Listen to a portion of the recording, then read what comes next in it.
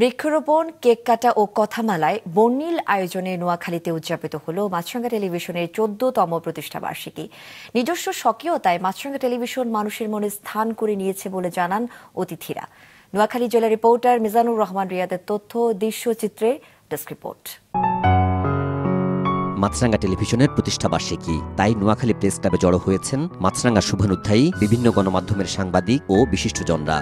মাছরাঙা টেলিভিশনের নোয়াখালী রিপোর্টার মিজানুর রহমান রিয়াদের সঞ্চালনায় শুভেচ্ছা বক্তব্য রাখেন নোয়াখালী প্রেস ক্লাবের সাবেক সভাপতি আলমগীর ইউসুফ সহ অতিথিরা। উচ্ছ্বাস আনন্দে কেক কেটে মাছরাঙা টেলিভিশনের প্রতিষ্ঠাবার্ষিকী স্মৃতিময় উদযাপন করা হয়। মাছরাঙার খবরগুলি সত্যি অসাধারণ ছিল, আর এই অসাধারণের পেছনে মাছরাঙা যে লোকগুলোকে নিয়ে গিয়েছে, আমি জাতীয় পর্যায়ে দেখেছি তাদের হেড অফ নিউজ তিনি ছিলেন। তিনিও আসলে ওই চোখ রাঙ্গানি সাংবাদিকতা করতেন না। মাছরাঙা সত্যিকার, ওই যে আমাদের সুমন সাহেব বলেছিল যে একটা টার্গেট থাকে, গাছের ঢালে বসে একটা টার্গেট নেই, আমি ওকে নিয়ে আসবো, ওই মাছটাই ধরে নিয়ে আসবো।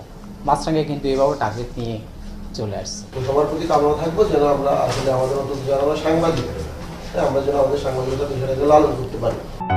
পরে জেলা প্রেস ক্লাবের আঙিনায় ফলদ, বনজ ও ওষুধি গাছের চারা রোপণ করা হয়।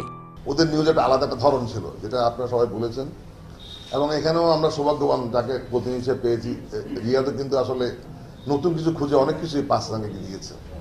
আজকের এই 14 বছর পূর্তি আমি তাকে অভিনন্দন জানাই মাছরাঙা টেলিভিশনকে। সুন্দর মাছরাঙা, অবয়ব দেখেন, তার শারীরিক গঠন দেখেন, সব দিকে মাছরাঙা টিভি যে তাদের নতুনত্ব অনেক কিছু নিয়ে আসছে।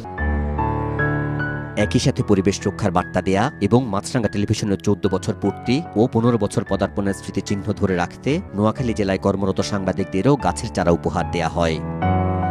নাজমুল সাদিকি, মাছরাঙা নিউজ ডেস্ক।